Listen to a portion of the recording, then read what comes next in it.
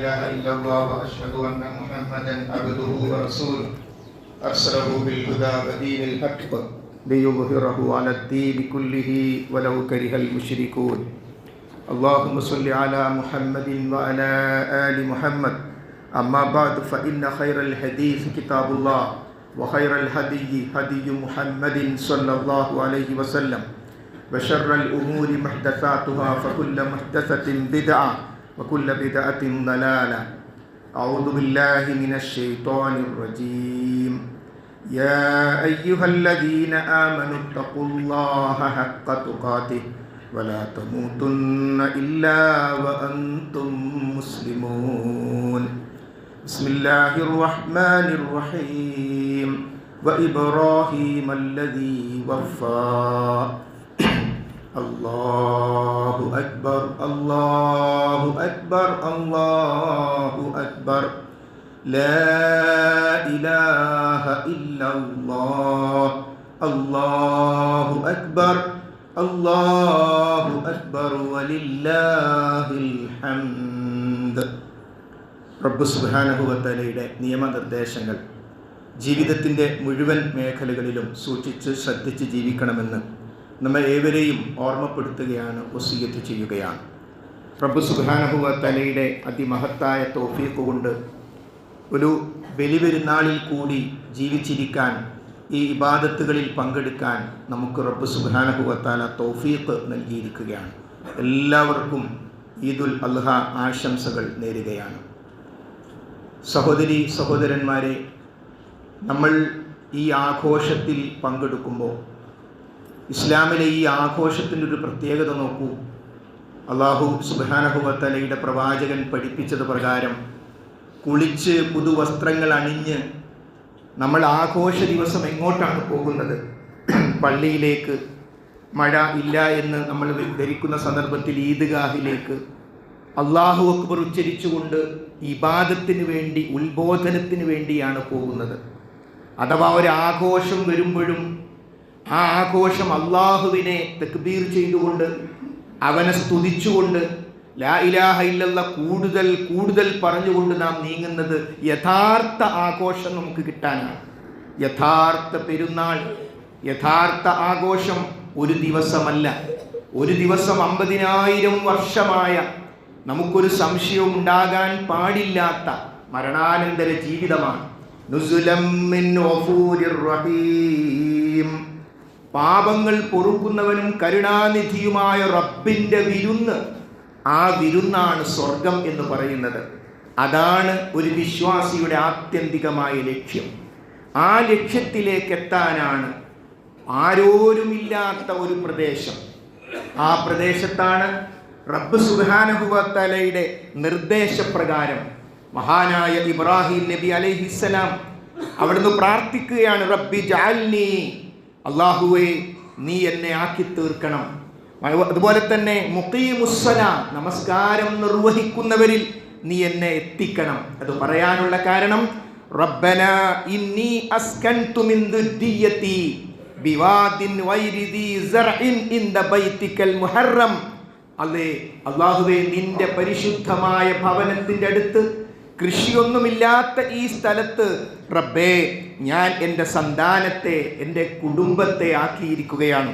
ഫജ്അൽ അഫ്ഇദതം മിനന്നാസി തഹ്വി ഇലൈഹിം, ജനങ്ങളിൽ ചിലരുടെ മനസ്സ് അവരിലേക്ക് നീ ആകർഷിക്കണം. 14 നൂറ്റാണ്ട് മുമ്പ്, മഹാനായ 4000 വർഷങ്ങൾക്ക് മുമ്പ് മഹാനായ ഇബ്രാഹിം നബി അലൈഹിസ്സലാമിൻ്റെ ദുആയാണിത്.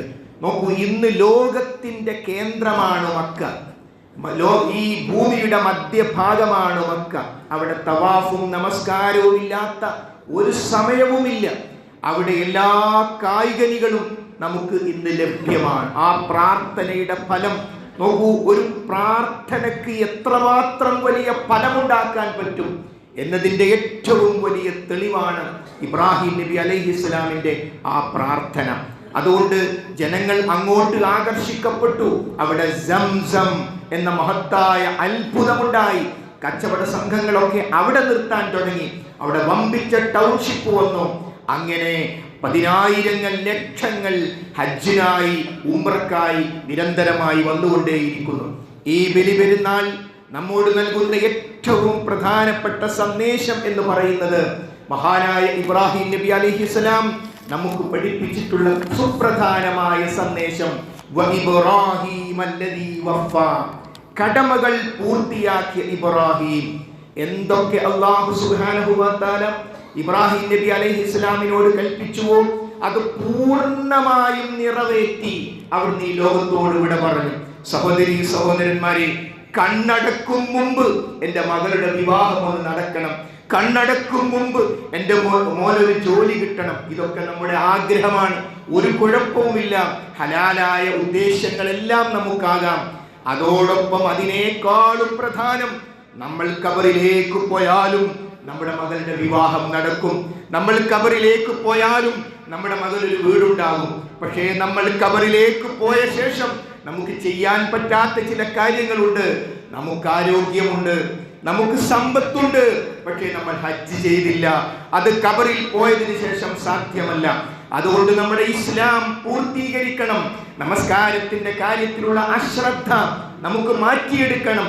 തിന്മകളുടെ ലോകത്തു നിന്നും നന്മയുടെ ലോകത്തേക്ക് എത്തിയിട്ട് വേണം നമുക്ക് മരണപ്പെടാൻ. കടമകൾ പൂർത്തിയാക്കിയ ഇബ്രാഹിം. അതുകൊണ്ട് നമ്മളൊക്കെ കുറെ കടമകൾ നമ്മോട്, നമ്മുടെ കുടുംബത്തോട്, മക്കളോട്, മാതാപിതാക്കളോട്, അയൽവാസികളോട്, സമൂഹത്തോട്, സക്കാത്തുമായി ബന്ധപ്പെട്ട് എല്ലാം കുറെ കടമകൾ നമുക്ക് പൂർത്തിയാക്കാനുണ്ട്. ആ കടമകൾ പൂർത്തിയാക്കിയിട്ടാകണം നമ്മൾ ഈ ലോകത്തോട് വിട പറയേണ്ടത്. ഇബ്രാഹിം നബി അലൈഹിസ്സലാം പടുത്തുയർത്തി ആ കഅബാലയത്തിൽ പിന്നീട് വിഗ്രഹങ്ങൾ വന്നു. ആരുടെ വിഗ്രഹം? ആരാണോ കഅബാലയം പടുത്തുയർത്തിയത്, ആരാണോ ഉപ്പയെ സഹായിച്ചത്, ആ മഹാന്മാരായ 2 പ്രവാചകന്മാരുടേത് ഉൾപ്പെടെ വിഗ്രഹം എവിടെ വന്നു? ഇന്ന് നമ്മൾ കാണുന്ന ആ കഅബാലയത്തിന്റെ ഉള്ളിലേക്ക് വന്നു. അവിടേക്ക് വരുന്നു മഹാനായ മുഹമ്മദ് മുസ്തഫ നബി കരീം സല്ലല്ലാഹു അലൈഹി വസല്ലം. ആരാണ് മുഹമ്മദ് റസൂലുള്ളാഹ്? ഇബ്രാഹിം നബി അലൈഹിസ്സലാമിന്റെ ദുആഇന്റെ ഫലം റബ്ബനാ വബ്അത് ഫീഹിം എന്ന് പറഞ്ഞുകൊണ്ടുള്ള അവിടുത്തെ ദുആ ഖുർആൻ പഠിപ്പിക്കുന്നുണ്ട്. ആ ദുആയുടെ ഫലമാണ് മഹാനായ മുഹമ്മദ് നബി കരീം സല്ലല്ലാഹു അലൈഹി വസല്ലമയുടെ ജനനം. അവിടുന്ന് വരുമ്പോൾ ആ വിഗ്രഹാരാധന നടക്കുന്ന ജനങ്ങളോട് ഇബ്രാഹിം നബി അലൈഹിസ്സലാമിന്റെ സന്ദേശം ഉൾക്കൊണ്ട് അവിടുന്ന് ആശയപരമായി പോരാടി. അവിടേക്ക് കയറി ചെന്ന് വിഗ്രഹം എടുത്ത് പുറത്തേക്കിട്ടില്ല, മറിച്ച് വിശുദ്ധ ഖുർആൻ കൊണ്ട് ഏറ്റവും വലിയ ജിഹാദ് ചാട്ടുളിയായി ആയത്ത് ചെന്ന് അവരുടെ മനസ്സിൽ തറച്ചു. അലൈസല്ലാഹു ബികാഫിൻ അബ്ദഹു, അല്ലാഹുവിന്റെ അടിമക്ക് അല്ലാഹു പോരെ. ഉറക്കമില്ലാത്ത മഴക്കമില്ലാത്ത സർവശക്തനായ ഏറ്റവും സ്നേഹമുള്ള റബ്ബ് പോലെ നമുക്ക് പ്രാർത്ഥിക്കാൻ. കാണാത്ത കേൾക്കാത്ത ഉപകാരമോ ഉപദ്രവമോ ചെയ്യാത്തവയെ എന്തിനാണ് ആരാധിക്കുന്നത്? ആ ചോദ്യം തന്ന് തറച്ചപ്പോ എതിർപ്പുകൾ ഉണ്ടായി. ആ എതിർപ്പ് ആ ജനിച്ചു വീണ നാട്ടിൽ നിന്നും യാത്ര പോകേണ്ടി വന്നു, ഹിജ്റ പോകേണ്ടി വന്നു, പീഡനങ്ങൾ സഹിച്ചു, കൊലപാതകങ്ങൾക്ക് വിധേയമായി സ്വഹാബത്ത്. അങ്ങനെ തിരിച്ചു വരുമ്പോഴും ആ ജിഹാദിന്റെ ഭാഗമായി മനുഷ്യ മനസ്സുകളിൽ പരിവർത്തനമുണ്ടായി. രക്തരഹിത വിപ്ലവത്തിലൂടെ മക്കം ഫതഹുണ്ടായി. അവിടെ നടക്കുന്ന ഒരു രംഗമുണ്ട് സഹോദരി സഹോദരന്മാരെ, നമ്മൾ കുട്ടികൾക്ക് പഠിപ്പിച്ചു കൊടുക്കേണ്ട രംഗമാണ്. മഹാനായ നബി കരീം സല്ലല്ലാഹു അലൈഹി വസല്ലമയുടെ കൺമുമ്പിൽ ആ സന്തോഷം കാണുകയാണ്. എന്താണ് ആ സന്തോഷം? ആരാണോ വിഗ്രഹങ്ങൾ ഉണ്ടാക്കി വെച്ചത് അവരുടെ കൈകൾ കൊണ്ട് കഅബാലയത്തിലെ വിഗ്രഹങ്ങൾ എടുത്ത് പുറത്തേക്ക് ഇടുന്നു. ഈ രംഗം ജീവിച്ചിരിക്കെ മുഹമ്മദ് മുസ്തഫ നബി കരീം സല്ലല്ലാഹു അലൈഹി വസല്ലം കാണുകയാണ്. എത്രമാത്രം സന്തോഷമുണ്ടാകും! തന്റെ പ്രവർത്തനത്തിന്റെ ഫലം നേരിട്ട് കാണുന്നു. പക്ഷെ റസൂലുള്ള പൂർണ്ണ സംതൃപ്തനല്ല. കാരണം ഇബ്ലീസ് ജീവിച്ചിരിക്കുന്നു. അവൻ പടച്ചവരോട് ദുആ ചെയ്തിട്ടുണ്ട്, അൻദിർനീ ഇലാ യൗമി യുബഅസൂൻ, പടച്ചവനെ എന്റെ ആയുസ് നീ ഖിയാമത്ത് നാൾ വരെ നീട്ടിത്തരണേ. ഉടൻ മറുപടി, ഖാല ഇന്നക മിനൽ മുൻദരീൻ, നീ അവധി നീട്ടപ്പെട്ടവരിൽ പെട്ടവനാണ്. പടച്ചവൻ അവധിയെന്ന് നീട്ടിക്കൊടുത്തു. അങ്ങനെയാണ് ഒരാൾ മോശമാകാൻ തീരുമാനിച്ചാൽ ദുനിയാവിൽ പടച്ചവൻ അവധിയെന്ന് നീട്ടിക്കൊടുക്കും. അവനുണ്ട്, അവൻ വസ്വാസ് ഉണ്ടാക്കും. ഏതാണ് ഇബ്രാഹിം നബിൻ്റെതല്ലേ, നിങ്ങൾ ആരാധിക്കൊന്നും വേണ്ട, ഒന്ന് നേരെ വെച്ചത് റിപ്പയർ നടത്തിക്കാളി എന്ന് ആദ്യം വിഗ്രഹാരാധന കൊണ്ടുവന്നത് ബന്ധുവും സ്വാവും യോവും നസറും നല്ല മനുഷ്യന്മാരല്ലേ, ഒരു രൂപം ഉണ്ടാക്കി വെക്കണ്ടേ എന്ന് അന്നത്തെ കാലത്തെ മുസ്ലിങ്ങളോട് പറഞ്ഞിട്ടാണ്. അത് ആവർത്തിക്കും. അതുകൊണ്ട് മഹാനായ അലി ഇബ്നു അബീ ത്വാലിബ് റളിയല്ലാഹു അൻഹു വിളിച്ചുകൊണ്ട് റസൂലുള്ളാഹി സ്വല്ലല്ലാഹു അലൈഹി വസല്ലം പറഞ്ഞു, അലി അല്ലാ തദഅത്തിൻ സാലൻ ഇല്ലാ തമസ്തഹു വലാ ഖബ്റൻ മുശ്രിഫൻ ഇല്ലാ സവൈതഹു. അലി പോയി നോക്ക്, അവർ സ്വയം പരിവർത്തിതമായി പുറത്തേക്ക് എടുത്തിട്ട വല്ല വിഗ്രഹവും നശിക്കാൻ ബാക്കിയുണ്ടെങ്കിൽ ഇല്ലാത്ത അവസ്ഥവും പൂർണ്ണമായും തവിട് പൊടിയാക്കി കളയണം. അവർ സ്വയം മാറിയ സമയം നിർത്തിയില്ല റസൂലുള്ളാഹ്. വലാ ഖബ്റൻ മുശ്രിഫൻ, പൊന്തി നിൽക്കുന്ന ഒരു കബറിനെയും നീ ഉപേക്ഷിക്കരുത്.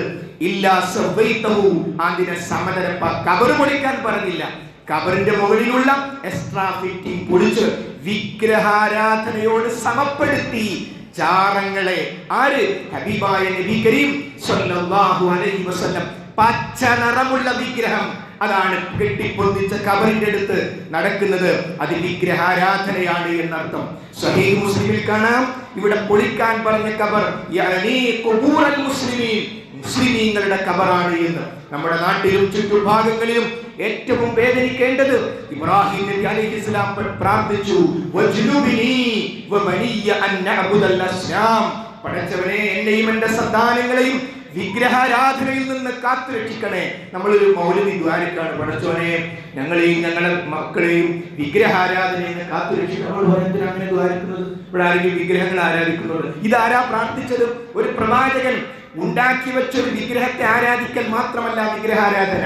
റബ്ബ് സുബ്ഹാനഹു വ തആലക്ക് കൊടുക്കേണ്ട ഒന്ന് റബ്ബല്ലാത്ത ആർക്ക് കൊടുത്താലും അത് വിഗ്രഹാരാധനയാണ്. അതുകൊണ്ട് സഹോദരങ്ങളെ, ആ വ്യക്തിത്വമുണ്ടല്ലോ, ഏകദൈവാരാധനയുടെ വ്യക്തിത്വം. നമ്മൾ PTA പ്രസിഡന്റ് ആകാം, വൈസ് പ്രസിഡന്റ് ആകാം. ഈ ബഹുമത സമൂഹത്തിൽ ഒരു പക്ഷേ സ്കൂളിലെ ഒരു ചടങ്ങിന്റെ സന്ദർഭത്തിൽ നിലവിളക്ക് കൊളുത്തുന്നുണ്ടാകാം. നമ്മൾ അവിടെ ഹാജരാകാൻ പറ്റുമോ? നമ്മളതിൽ പങ്കെടുക്കാൻ പറ്റുമോ? ഇന്നാ ബുറാഉ മിൻകും, നിങ്ങളിൽ നിന്ന് ഞാൻ ഒഴിവാണ്. വമിമ്മാ തഅബുദൂന മിൻ ദൂനില്ലാഹ്, അല്ലാഹുവിന്റെ പുറമെ നിങ്ങൾ ആരാധിക്കുന്നതിൽ നിന്നും ഞാൻ ഒഴിവാണ്. നമ്മൾ എല്ലാവരും എഴുന്നേറ്റ് നിൽക്കുമ്പോൾ നമ്മൾ അവിടെ ഇരിക്കുന്നു. എന്റെ കാര്യം അത് വിഗ്രഹാരാധനയുടെ, അഗ്നി ആരാധനയുടെ ഭാഗമാണ്. ആ തീയെ സൃഷ്ടിച്ച റബ്ബിനാണ് ഞാൻ ആരാധന കൊടുക്കേണ്ടത് എന്ന് പറഞ്ഞാൽ ആർക്കും മനസ്സിലാകും. അതുകൊണ്ട് നമ്മളിലേക്കൊക്കെ ശിർക്കിന്റെ ഭാഗങ്ങൾ പല രൂപത്തിൽ വന്നുപെടും. റസൂലുള്ളാഹി സ്വല്ലല്ലാഹു അലൈഹി വസല്ലം പറഞ്ഞല്ലോ, ലാ തഖൂമു സ്സാഅ, അന്ത്യദിനം സംഭവിക്കുകയില്ല, ഹത്താ തൽഹഖ ഖബായിലു മിൻ ഉമ്മത്തി ബിൽ മുശ്രികീൻ, എൻ്റെ ഉമ്മത്തിൽപ്പെട്ട പുരുഷന്മാരും സ്ത്രീകളും വിഗ്രഹാരാധന നടത്തുന്നതുവരെ ക്ഷേത്രങ്ങളിൽ അവിടെ മുസ്ലിങ്ങൾക്ക് പോകേണ്ടതില്ലെന്ന് ക്ഷേത്രാരാധകർക്ക് പോലും അറിയാം. ക്രൈസ്തവ ആചാരങ്ങൾ അത് ക്രൈസ്തവർക്കുള്ളതാണ്, അവർക്ക് പോലും അറിയാം. അവിടെയൊക്കെ പോയിട്ട് വ്യക്തിത്വം നഷ്ടപ്പെടുത്തി ഖിയാമത്ത് നാളിന്റെ അടയാളമായി റസൂൽ പഠിപ്പിച്ച ആ വിഗ്രഹാരാധനയിലേക്ക് നമ്മളും നമ്മുടെ മക്കളും പോവാതിരിക്കുക എന്നത് സ്വർഗപ്രവേശനത്തിന് ഏറ്റവും അനിവാര്യമാണ്. അത് പഠിപ്പിച്ച ഇബ്രാഹിം നബി അലൈഹിസ്സലാം എന്തിനാണ് ഇതൊക്കെ പറഞ്ഞത്? അവിടുന്ന് പ്രാർത്ഥിച്ചു, വലാ തുഖ്സിനി യൗമ യുബ്അസൂൻ, പടച്ചവനെ ഖിയാമത്ത് നാളിൽ നീ എന്നെ അപമാനിക്കരുതേ.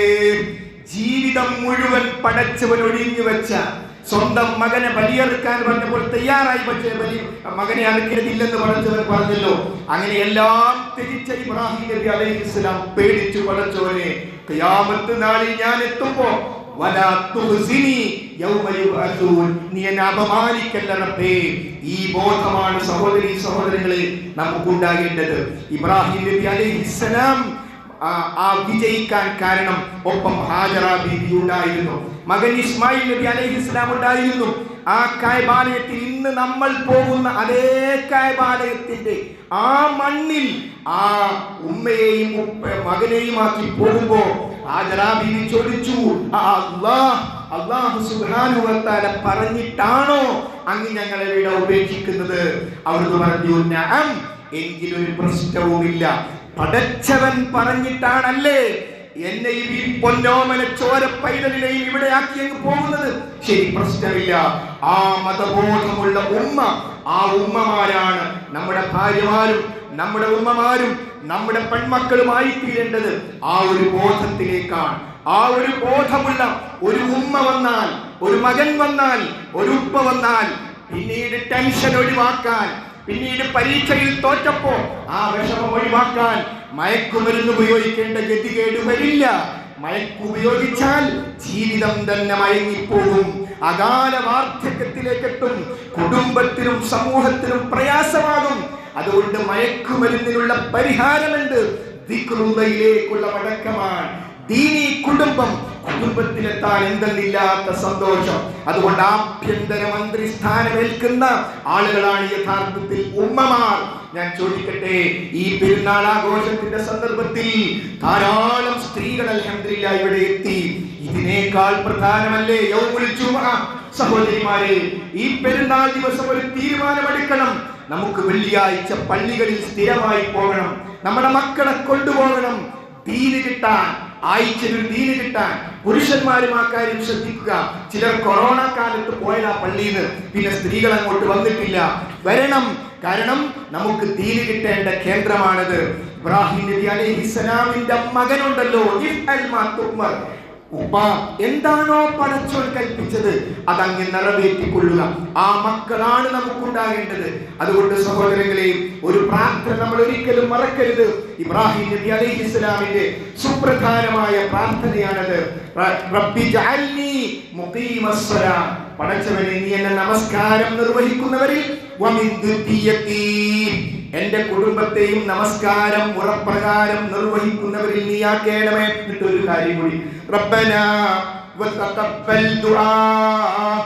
ഈ ദുആ സ്വീകരിക്കണം, ബാക്കി ദുആ സ്വീകരിക്കണമെന്നല്ല. സഹോദരി സഹോദരന്മാരെ, ഇന്ന് സുബഹിക്ക്, നാളെ സുബഹിക്ക് നമ്മൾ പള്ളിയിലേക്ക് പ്രത്യേകിച്ച് പുരുഷന്മാർ വരാതിരിക്കാൻ എന്ത് ന്യായം? അതുകൊണ്ട് നമസ്കരിച്ചാൽ പോരാ, മുറപ്രകാരം നിർവഹിക്കണം. നമ്മളും നമ്മുടെ കുടുംബവും പള്ളിയുമായി അഭേദ്യമായ ബന്ധമുണ്ടാകണം. അങ്ങനെ ദീനിയായ ഒരു കുടുംബത്തെ വളർത്തിയെടുക്കാൻ നമുക്ക് സാധിക്കണം. ഇപ്പോൾ ഹാജിമാർ കല്ലേറ് കഴിഞ്ഞ് മിനയിലാണ് ഈ സന്ദർഭത്തിലുള്ളത്. ഹജ്ജിൽ മുഴുവൻ ചലനമാണ്, എല്ലായിടത്തും ചലനമാണ്. തവാഫ് 7 പ്രാവശ്യം, സഅയ് 7 പ്രാവശ്യം. ഇനി ഹജ്ജുമായി ബന്ധപ്പെട്ട് അറഫയിലെത്തിയാൽ പിന്നീട് ആ അറഫയിൽ നിന്നും മുസ്ദലിഫയിലേക്കുള്ള ഒരു ഒഴുക്കുണ്ട്. ജനങ്ങൾ എവിടുന്ന് പുറപ്പെടുന്നുവോ അവിടുന്ന് നിങ്ങൾ പുറപ്പെടുക. ലക്ഷക്കണക്കിന് മനുഷ്യന്മാർ ഒരൊറ്റ സ്ഥലത്ത് വെച്ച് ആരും വഴി ചോദിക്കേണ്ടതില്ല, ആ ഒഴുക്കിൽ അങ്ങ് പെട്ടാൽ മതി. അങ്ങനെ അവർ മുസ്ദലിഫയിലേക്ക് എത്തുന്നു. മുസ്ദലിഫയിൽ എന്താ സുന്നത്ത്? അവിടെ ഇത്തിരി ഉറങ്ങണം. സുബഹിക്ക് മുമ്പ് ഇത്തിരി ഉറങ്ങണം. ലക്ഷക്കണക്കിന് മനുഷ്യന്മാർ ഒരു ഇടം കിട്ടാൻ, ഒന്ന് ഉറങ്ങാൻ. കാലിന്റെ അവിടെ മറ്റൊരാളുണ്ടാകും, തലയുടെ ഭാഗത്ത് മറ്റൊരാളുണ്ടാകും. ഒരൊറ്റ ആഗ്രഹം, ഒന്ന് അന്തി ഉറങ്ങണം. അല്പസമയം, മെത്തയില്ല, ഒന്നുമില്ല, ആ വിശാലമായ മൈതാനത്ത്. അല്ലാഹു നമുക്കെല്ലാം തൗഫീഖ് നൽകുമാറാകട്ടെ. അവിടെ അല്പം ഉറങ്ങണം സഹോദരങ്ങളെ. ആ ഉറക്കം പോലും ഒരു ചലനത്തിന്റെ ഭാഗമാണ്. എന്തിനാണ് മുസ്ദലിഫയിൽ ഉറങ്ങുന്നത്? പിന്നീട് സുബഹി നമസ്കരിച്ച് പിന്നെയും ഉണ്ട് ഒരു ഒഴുക്ക്. ആ ഒഴുക്ക് മിനയിലേക്ക് പോയി ജംറയിൽ കല്ലെറിയാൻ പോകണം. അത് കഴിഞ്ഞ് വീണ്ടും മക്കയിലെത്തണം. ഇങ്ങനെ ഹജ്ജ് മുഴുവൻ ചലനമാണ്. ഹജ്ജിലെ ഉറക്കം പോലും ഒരു ചലനത്തിന്റെ ഭാഗമാണ്. നമ്മുടെ ജീവിതവും അങ്ങനെയാകണം. നാം ചലിച്ചുകൊണ്ടേയിരിക്കണം. ഇത്തിരി ആയുസ്, ഇത്തിരി ആയുസ്. 60-ും 70-നും ഇടക്കാണ് എന്റെ ഉമ്മത്തിന്റെ ആയുസ് എന്ന് പറഞ്ഞു. 60 കഴിഞ്ഞാൽ പിന്നീട് ബോണസാണ് പടച്ചോന്റെ ഭാഗമുള്ള. അതുകൊണ്ട് ഈ ഒരു ആയുസ്സിൽ നമ്മൾ സ്വർഗത്തിന് വേണ്ടിയുള്ള ചലനങ്ങളിലായിരിക്കണം. നമ്മുടെ ഹബീബ് നബി കരീം സല്ലല്ലാഹു അലൈഹി വസല്ലം എന്തിനാണ് ഉറങ്ങിയത്?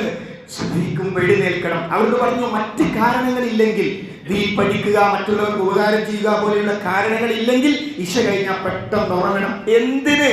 സുബഹിക്ക് മുമ്പ് എഴുന്നേറ്റ് തഹജ്ജുദ് നമസ്കരിക്കാൻ. നമ്മുടെ ഹബീബിന് തഹജ്ജുദ് നിസ്കാരം നിർബന്ധമാണ്.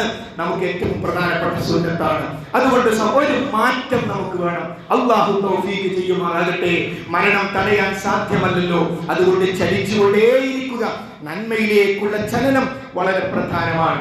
ഇന്ന് പരിശുദ്ധ ഇസ്ലാം ലോകത്തെ ഏറ്റവും പ്രചാരണമുള്ള മതമേത്? ChatGPT അടിച്ചു നോക്കി ഇസ്ലാമിന്റെ ശത്രുക്കൾ പോലും അവർക്ക് കിട്ടുന്ന മറുപടി ഇസ്ലാമിന് തന്നെയാണ്. ചാറ്റിനോട് യുദ്ധം ചെയ്തിട്ട് കാര്യമില്ലല്ലോ. ഇസ്ലാം ലോകത്ത് പ്രചരിച്ചുകൊണ്ടേയിരിക്കുന്നു. പക്ഷേ മുസ്ലിമീങ്ങൾ ഇസ്ലാമിനെ കുറിച്ച് പഠിക്കുന്നില്ല എന്നതാണ് ഇപ്പോഴത്തെ ദുരന്തം. അതുകൊണ്ട് മാർച്ച് 15 ഐക്യരാഷ്ട്രസഭ പ്രഖ്യാപിച്ചു ഇസ്ലാമോഫോബിയ വിരുദ്ധ ദിനം. സൗദി തീരുമാനിച്ചതല്ല, ഇസ്ലാമിക രാഷ്ട്രങ്ങൾ തീരുമാനിച്ചതല്ല. ഇസ്ലാമിന്റെ പ്രചാരണത്തെ തടയാൻ ഇസ്ലാം എന്ന് കേട്ടാൽ പേടി വരണം, താടി കണ്ടാൽ പേടി വരണം, നിസ്കരിക്കുന്നത് കണ്ടാൽ വർഗീയത മനസ്സിൽ വരണം. അങ്ങനെ മീഡിയ മൊത്തം പ്രചരിക്കുമ്പോഴും യൂറോപ്പിൽ, അമേരിക്കയിൽ ഏറ്റവും ഫാസ്റ്റ് ഗ്രോയിങ് റിലീജിയൻ ഇസ്ലാമാണ് സഹോദരങ്ങളെ. അതുകൊണ്ട് ആ ഇസ്ലാം അനുസരിച്ച് ജീവിക്കാൻ നമ്മൾ തയ്യാറാകണം. നമുക്കറിയാം മഹാനായ റസൂലുള്ളാഹി സ്വല്ലല്ലാഹു അലൈഹി വസല്ലം അറഫയിൽ വെച്ച് അവസാനത്തെ അഭിസംബോധന നടത്തിയപ്പോൾ അവിടുന്ന് പറഞ്ഞു, നിങ്ങളുടെ അഭിമാനം പരസ്പരം സംരക്ഷിക്കണം. ഭാര്യമാർക്ക് ഭർത്താക്കന്മാരോട് കടമയുണ്ട്, ഭർത്താക്കന്മാർക്ക് ഭാര്യമാരോട് കടമയുണ്ട്. സഹോദര സഹോദരി, ഒന്നിച്ചൊരു കിടക്കയിൽ കിടന്നിട്ട് ഭാര്യക്കൊരു തണുപ്പാകാൻ ഭർത്താവിന് സാധിക്കുന്നില്ലെങ്കിൽ, ഭർത്താവിനൊരു താങ്ങാകാൻ ഭാര്യയ്ക്ക് സാധിക്കുന്നില്ലെങ്കിൽ എന്താണ് ഈ ജീവിതത്തിന്റെ അർത്ഥം? ഒരാൾ റസൂലിന്റെ അടുത്ത് വന്നു, എന്നിട്ട് പറഞ്ഞു, എന്റെ ഭാര്യയ്ക്ക് ഇന്ന കുഴപ്പമുണ്ട്, പരാതിക്ക് പറഞ്ഞു, നിൽക്കുന്നു പറഞ്ഞു, ഓളെ ഗുണക്കൊണ്ട് പറയുന്നു. അതോ ഞാൻ പട്ടിണി കിടക്കും, മോളിന്റെ പട്ടിണി കിടന്നു എന്റെ പ്രയാസത്തിൽ, എങ്കിൽ എല്ലാവർക്കും തകരാറുണ്ടാകും. അവരുടെ ഗുണത്തെ കാണുക. പൂർണ്ണ സംതൃപ്തയായ ഭാര്യ പരലോകത്താണ്, പൂർണ്ണ സംതൃപ്തനായ ഭർത്താവ് പരലോകത്താണ്. അതുകൊണ്ട് കുടുംബത്തിലേക്ക് വന്ന് കുടുംബത്തെ സന്തോഷകരമാക്കി മാറ്റാൻ നാം ഓരോരുത്തരും പ്രത്യേകമായി ശ്രമിക്കുക. അതോടൊപ്പം സഹോദരങ്ങളെ, നമ്മൾ ഇവിടെ ഈ പെരുന്നാൾ ആഘോഷിക്കുമ്പോ വേറെ ഒരു നാടുണ്ട്, ഗസ, ഫലസ്തീൻ. അവിടെ കൊന്നൊടുക്കുന്നത് കുട്ടികളെയാണ്. അവർക്കെവിടെ പെരുന്നാൾ, അവർക്കെവിടെ ആഘോഷം? അവരിൽ വലിയൊരു ഭാഗത്തെ കൊന്നൊടുക്കി കഴിഞ്ഞു ഇസ്രായേൽ എന്ന ക്രൂരമായ രാഷ്ട്രം. നമ്മൾ ചിന്തിക്കുക, ആ കുട്ടികൾ രക്ഷപ്പെട്ടു, അവർക്ക് നേരെ സ്വർഗത്തിലേക്ക് പോകാം. പക്ഷെ നമുക്കതൊരു പരീക്ഷണമാണ്. അവരെ ഓർക്കാതെ ഇന്ന് ബിരിയാണി കഴിക്കാൻ, അവരെ ഓർക്കാതെ ഇന്ന് പെരുന്നാൾ ആഘോഷിക്കാൻ നമുക്ക് സാധ്യമല്ല. അവർക്ക് വേണ്ടി ആത്മാർത്ഥമായ പ്രാർത്ഥന നമ്മൾ ഇന്നുണ്ടാവുക. ഇന്നലെ നടന്ന അറഫ പ്രസംഗത്തിലും സൗദിയിലെ വലിയ പണ്ഡിതൻ അറഫയിൽ വെച്ച് സംസാരിച്ചപ്പോഴും ആ കാര്യം പ്രത്യേകം എടുത്തു പറഞ്ഞത് നമ്മൾ ശ്രദ്ധിച്ചിരിക്കും. നമുക്ക് വേണ്ടത്, മുസ്ലിം സമുദായത്തിന് അടിസ്ഥാനപരമായി വേണ്ടത് ഐക്യമാണ്. ആ ഐക്യമുണ്ടാകാനുള്ള അടിസ്ഥാനപരമായ മാനദണ്ഡം എന്താണ്? വളരെ കൃത്യമാണ്. ഇന്നിതാ പുതിയൊരു ചില ആശയങ്ങൾ വരുന്നു, പ്രസംഗിക്കുകയാണ്, പ്രചരിപ്പിക്കുകയാണ്. ഈ ബലി അർക്കൊന്നും വേണ്ട, 7 ആളും കൂടിയിട്ട് പൈസ എടുത്തിട്ട് ഫർണിച്ചർ വാങ്ങിയിട്ട് പാവപ്പെട്ടവർക്ക് കൊടുത്താൽ മതി. ഭയങ്കരം പുതിയ കണ്ടുപിടുത്ത. എന്താ തെളിവ്? അഫലായോക്കിലൊന്ന് ഖുർആനില്ലേ, നിങ്ങൾ ചിന്തിക്കുന്നില്ലേ എന്ന് ഖുർആൻ പറഞ്ഞിട്ടില്ലേ? ചിന്തിച്ചിട്ട് ഇങ്ങനെ ബലിമൃഗത്തൊക്കെ അറക്കുമ്പോൾ ചോരയാകും, അത് കാരുണ്യത്തിനെതിരാകും. അതുകൊണ്ട് വേണ്ട. അതുകൊണ്ട് നമ്മൾ എല്ലാവരും കൂടി പാവപ്പെട്ടവരെ സഹായിച്ചാൽ മതി. ഈ ആശയം എവിടുന്ന് വന്നു? നിസ്കാരം 3 എന്നുള്ള ആശയം എവിടുന്ന് വന്നു? സംസം വെള്ളത്തിന് പ്രാധാന്യമുള്ള എന്ന ആശയം എവിടുന്ന് വന്നു? അത് വന്നത് ഐക്യത്തിൽ നിന്നും വേർതിരിഞ്ഞു പോകുമ്പോഴാണ്. വിശുദ്ധ ഖുർആനും പ്രവാചകചര്യയും നമ്മൾ പഠിക്കേണ്ടതും മനസ്സിലാക്കേണ്ടതും ജീവിതത്തിൽ പകർത്തേണ്ടതും ഖുർആൻ പഠിപ്പിച്ചതുപോലെ ഹദീസ് പഠിപ്പിക്കും. ഉദാഹരണം എടുത്തോളൂ, ഉദയ്യത്തുമായി ബന്ധപ്പെട്ട ആയത്ത് ഖുർആനിലുണ്ട്, അതുമായി ബന്ധപ്പെട്ട ഹദീസ് റസൂൽ പഠിപ്പിച്ചു. ആ ആയത്തും ഹദീസും പഠിപ്പിച്ച റസൂൽ എന്ത് ചെയ്തു? പെരുന്നാൾ കഴിഞ്ഞു, അവിടുന്ന് നേരെ ബലിമൃഗത്തെ അറുത്തു. അതാണ് വ്യാഖ്യാനം.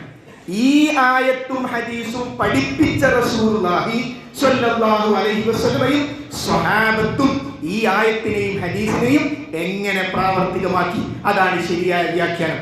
ആ വ്യാഖ്യാനം വിട്ടാൽ അവനവന്റെ ബുദ്ധിയിൽ തോന്നുന്നത് ദീനായി മാറും. അതുകൊണ്ട് ഐക്യത്തിനുള്ള മാർഗം വിശുദ്ധ ഖുർആനും പ്രവാചകചര്യയും റസൂലുള്ളാഹിയും സ്വഹാബത്തും മനസ്സിലാക്കിയതുപോലെ തന്നെ മനസ്സിലാക്കുക. നോക്കൂ, ഹജ്ജിൽ ആ ആയിരക്കണക്കിന് 10,000-കണക്കിന് പ്രവാചകന്മാർ വന്ന സ്ഥലമാണ് ഹറം. ആ ഹറമിൽ ഇലാ അർവാഹി എന്ന് പറഞ്ഞ ദുആണ്ടോ? കഴിഞ്ഞു പോയ എല്ലാ പ്രവാചകന്മാരും റൂഹിൽ കിടക്കട്ടെ ഒരു ദുആണ്ടോ? നമ്മുടെ നാട്ടിലൊക്കെ ഇലാ അർവാഹി ദുആ കാണുന്നു. നമ്മുടെ ഖബർസ്ഥാനിൽ പോലും, നമ്മുടെ ബാലുശ്ശേരി ഖബർസ്ഥാനിൽ പോലും ആ ബിദ്അത്ത് കടന്നു വരുന്നുവെങ്കിൽ സമൂഹത്തെ പഠിപ്പിക്കണം. റസൂലുള്ള പഠിപ്പിച്ചതാണ് ദീൻ, സ്വഹാബത്ത് പഠിപ്പിച്ചതാണ് ദീൻ. ഒരു മയ്യത്തുമായി ബന്ധപ്പെട്ട് റസൂൽ പഠിപ്പിച്ചതെന്ത്, അത് പഠിപ്പിച്ചു കൊടുക്കാൻ ഒരിക്കലും പൊക്കിൽ കൊടിയിലൂടെ ആശയം പകരുകയില്ല, അത് പറഞ്ഞു കൊടുക്കുക തന്നെ വേണം. അതുകൊണ്ട് വലിയൊരു ഉത്തരവാദിത്തം നമുക്കുണ്ട്. ആ ഉത്തരവാദിത്തം നമ്മൾ നിർവഹിക്കുക. നമുക്ക് പൂർണ്ണ മുസ്ലിമായി ഈ ലോകത്തോട് വിട പറയണം. അതോടൊപ്പം സഹോദരന്മാരെ, ഈ ദിവസത്തിൽ നാം ശ്രദ്ധിക്കേണ്ടത്, ഇന്ന് ദാനം ചെയ്യൽ പ്രത്യേകം സുന്നത്താണ്. നമ്മളെല്ലാ വെള്ളിയാഴ്ചയും പൈസ കൊടുക്കാറുണ്ട്. പക്ഷെ ഇന്നത്തെ ദിവസം റസൂലുള്ളാഹി സ്വല്ലല്ലാഹു അലൈഹി വസല്ലം സ്ത്രീകളുടെ ഭാഗത്തേക്ക് പ്രത്യേകം പോയി ഒരു വിധി കാണിച്ചു കൊടുത്തു, അവരുടെ സംഭാവന സ്വീകരിക്കാൻ. കുട്ടികളുടെ കയ്യിലൊക്കെ ചെറിയൊരു കാശ് കൊടുക്കുക, എന്നിട്ട് ബക്കറ്റിൽ ഇടാൻ പറയുക. ഇന്നത്തെ ദിവസം ദാനം ചെയ്താൽ ആ ദാനം ചെയ്ത സുന്നത്തിനുള്ള കൂലിയും ദാനം ചെയ്ത കൂലിയും നമുക്ക് കിട്ടും. പെരുന്നാൾ ദിവസം നമ്മൾ ഒരിക്കലും ഈ ബലിയെ തകർത്ത് കളയരുത്. അല്ലാഹു അക്ബർ, അല്ലാഹുവാണ് മഹാൻ എന്നത് ഒരു പ്രതിജ്ഞ കൂടിയാണ്. എന്റെ ശരീരത്തിന്റെ ഇഷ്ടങ്ങൾ എനിക്ക് പ്രശ്നമില്ല. എന്റെ കൂട്ടുകാർ മദ്യപിക്കാൻ ക്ഷണിക്കുന്നു, മയക്കുമരുന്ന് ഉപയോഗിക്കാൻ ക്ഷണിക്കുന്നു, ഇല്ല, ഞാൻ ആ ഇച്ഛയെ ബലിയെടുക്കും എന്ന അല്ലാഹു അക്ബർ. ഇന്നത്തെ ഈ ദിവസം കിടന്നുറങ്ങാനുള്ള ദിവസമല്ല, ആഘോഷിക്കണം. കുട്ടികളൊക്കെ പാട്ടുപാടട്ടെ, നമുക്ക് ഇഷ്ടമുള്ള സ്ഥലത്തേക്ക് ടൂർ പോകാം, എല്ലാം നമുക്ക് ചെയ്യാം, സന്തോഷമുണ്ടാകണം. പക്ഷേ ഇന്ന് ദുഹറില്ലാത്ത പെരുന്നാൾ, അസറില്ലാത്ത പെരുന്നാൾ, മദ്യപിക്കുന്ന പെരുന്നാൾ, വൃത്തികേടുള്ള പെരുന്നാൾ. ഈ പെരുന്നാൾ ദിവസം നമ്മുടെ മകളുടെ ഡ്രസ്സിന്റെ അവസ്ഥയുണ്ട്, നമ്മുടെ മകന്റെ ഡ്രസ്സിന്റെ അവസ്ഥയുണ്ട്, എല്ലാം ശ്രദ്ധിക്കുക. അല്ല, ബലിയെടുക്കാൻ നിയത്താക്കിയ ആളുകൾ ഏതാനും ദിവസമായി അവര് മുടിരോമങ്ങളൊന്നും എടുത്തിട്ടില്ല. അപ്പോ പെരുന്നാളിന്റെ അത് നമ്മൾ വന്നത് എങ്ങനെയാ? അല്പം മുടിരോമങ്ങൾ വളർന്ന അവസ്ഥയിലാണ്. അത് അവിടെ തന്നെ നിന്നോട്ടെ. ഏറ്റവും പ്രധാനപ്പെട്ട ഒരു സുന്നത്ത് നമുക്ക് കിട്ടാൻ അത് കാരണമായി തീരും. അതുകൊണ്ട് റസൂൽ പഠിപ്പിച്ച സുന്നത്തുകളിലേക്ക് നമ്മൾ എത്തണം. അതോടൊപ്പം സഹോദരിമാരെ, ധാരാളം രോഗികൾ നമ്മുടെ കുടുംബത്തിലുണ്ട്. ആ രോഗിയുടെ പെരുന്നാൾ എന്താ? ഒരാൾ ഇങ്ങനെ കിടക്കുക, അയാളുടെ പെരുന്നാൾ എന്താ? അയാളുടെ പെരുന്നാൾ ബിരിയാണിയല്ല, അയാളുടെ പെരുന്നാൾ നമ്മളവിടെ ചെല്ലലാണ്. നമ്മൾ അവരോട് സംസാരിക്കല. രോഗികളെ മറന്നുപോകരുത്. പെരുന്നാൾ ദിവസം പ്രത്യേകിച്ച് കുടുംബത്തിലും അയൽപ്പക്കത്തിലുമൊക്കെ നമ്മൾ രോഗികളെ സന്ദർശിച്ച് ആ പെരുന്നാളിന്റെ സന്തോഷത്തിലേക്ക് അവരെ എത്തിക്കണം. അതോടൊപ്പം ബലിയിൽ നമ്മൾ ഉണ്ടാകണം. നമ്മൾ ബലിന്റെ ഷെയർ കൊടുത്ത് നമ്മുടെ നാട്ടിൽ പോകലല്ല, മറിച്ച് കഴിയുമെങ്കിൽ നമ്മൾ തന്നെ അറുക്കണം. അവിടെ അത് പാക്കറ്റാക്കാൻ, അത് കൊണ്ടുപോകാൻ നമ്മൾ ഉണ്ടാകണം, നമ്മുടെ മക്കളുണ്ടാകണം. ഈ ഫിത്ർ സക്കാത്തും അതേപോലെ തന്നെ ബലി, ഇതുമായി ബന്ധപ്പെട്ട കാര്യം ദീനിന്റെ ഇഖാമത്തിന്റെ ഭാഗമാണ്. അവിടെയെല്ലാം നമ്മൾ ഉണ്ടാകണം. അതോടൊപ്പം സഹോദരങ്ങളെ, ദുനിയാവാണ്, പല അഭിപ്രായ വ്യത്യാസങ്ങൾ ഉണ്ടാകും. ആ അഭിപ്രായ വ്യത്യാസങ്ങളിലാക്കാൻ നമുക്ക് എന്ത് ചെയ്യാൻ പറ്റും? മഹല്ലിൽ എല്ലാവരെയും പങ്കെടുപ്പിച്ച് തെരഞ്ഞെടുപ്പ് നടത്താൻ പറ്റും. ആ തെരഞ്ഞെടുപ്പ് നടത്തി വീണ്ടും തെരഞ്ഞെടുപ്പ് നടത്താൻ പറ്റും. അങ്ങനെ തെരഞ്ഞെടുക്കപ്പെട്ടവരൊക്കെ വെച്ച് നമുക്ക് മുന്നോട്ട് പോകാൻ പറ്റും. അതല്ലേ ഐക്യത്തിന്റെ മാർഗം. അതുകൊണ്ട് നമ്മുടെ മഹല്ലിൽ ഐക്യമുണ്ടാകണം. ആ ഐക്യത്തോടൊപ്പം എല്ലാവരും നിൽക്കണം. അതിനു വേണ്ടി നമ്മൾ പ്രാർത്ഥിക്കണം. വിഘടിച്ചു നിൽക്കുന്ന ഒരവസ്ഥ ഉണ്ടാകരുത്. അല്ലാഹു എല്ലാവർക്കും നല്ല മനസ്സ് നൽകുമാറാകട്ടെ. പ്രാർത്ഥന തന്നെയാണ് സഹോദരന്മാരെ ഏറ്റവും പ്രധാനം. ഈ സന്ദർഭത്തിൽ നമ്മൾ ഓർക്കുക, നമ്മളാക്കിയ നമ്മുടെ പലരുടെയും മാതാപിതാക്കൾ ഖബർസ്ഥാനിലുണ്ട്. അല്ലാഹുവേ, അവർക്ക് പുറത്തു കൊടുക്കണമേ. അല്ലാഹുവേ, അവരുടെ ഖബറുകൾ വിശാലമാക്കണമേ. നമ്മളിൽ രോഗികളായ പലരുമുണ്ട്. അല്ലാഹുവേ, അവരുടെ രോഗങ്ങൾ നീ ശിഫയാക്കി കൊടുക്കണമേ. അല്ലാഹുവേ, ഈ പെരുന്നാൾ ആഘോഷിക്കുമ്പോഴും ഗൾഫിലും മറ്റു പ്രദേശങ്ങളിലും ഞങ്ങളുടെ പ്രിയപ്പെട്ട സഹോദരങ്ങളുണ്ട്.